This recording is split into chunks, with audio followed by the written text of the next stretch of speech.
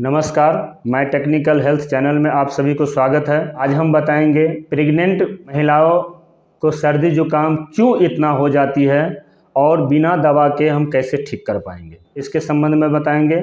आगे जानकारी देने से पहले मैं डॉक्टर आर पी पंडित ये बताना चाहते हैं कि प्रेगनेंसी के दरमियान प्रत्येक महिला को वैसे ही शरीर का इम्यूनिटी सिस्टम कमज़ोर हो जाता है, क्योंकि उसको सारा शरीर का इम्यूनिटी यूट्रस को देने पड़ता है।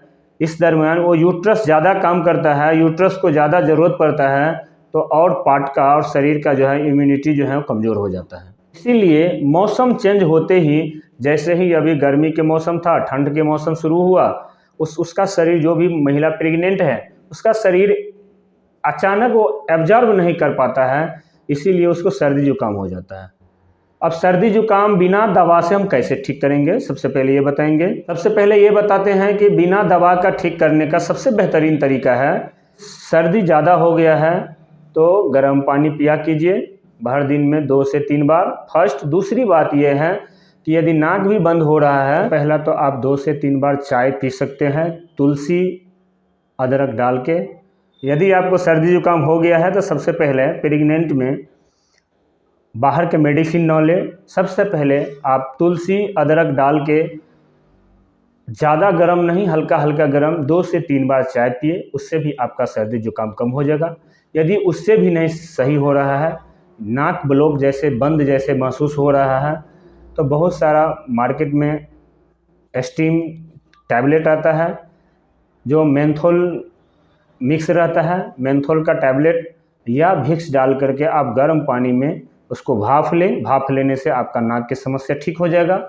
दूसरी बात यह है कि यदि उससे भी नाक नहीं सही हो रहा है तो आपको साइनस की समस्या है। अब साइनस को सही करने के लिए बिना दवा से हम क्या करें? सबसे पहले कपड़े को गर्म करें। कपड़ा को गर्म करने के बाद साइनस को सेकाई करिए। ये जगह साइनस की पार्ट है, दोनों साइड भर दिन में 3 बार 4 बार सेकाई करें। सेकाई करने से आपकी साइनस की जो समस्या की वजह से नाक ब्लॉक हो रहा है, बिना दवा खाए हुए प्रेगनेंसी में आपको साइनस की समस्या का कम हो जाएगा और नाक फ्री हो जाएगा। इससे आगे हम बता दें, यदि उससे भी नहीं सही हो रहा है तो कभी कभी जो है एंटीबायोटिक की ज़रूरत हो जाता है।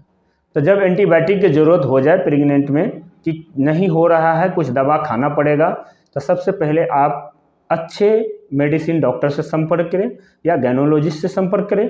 इससे ये होगा कि आपको होने वाले बच्चे पर दुष्ट प्रभाव नहीं पड़ेगा, क्योंकि वो अपना हिसाब से आपकी शरीर को चेक करते हुए वो अच्छे से दवा देंगे। चेक करके तो कोई साइड इफेक्ट नहीं होगा। कोई भी एंटीबायोटिक दवा बिना डॉक्टर की सलाह के न लें। यदि प्रेगनेंसी के दरमियान यदि फीवर आ रहा है तो आप दिन में ज़्यादा से ज़्यादा 1000 mg पैरासीटामोल ले सकते हैं। यदि उससे ज़्यादा ले रहे हैं तो ये नुकसानदायक है।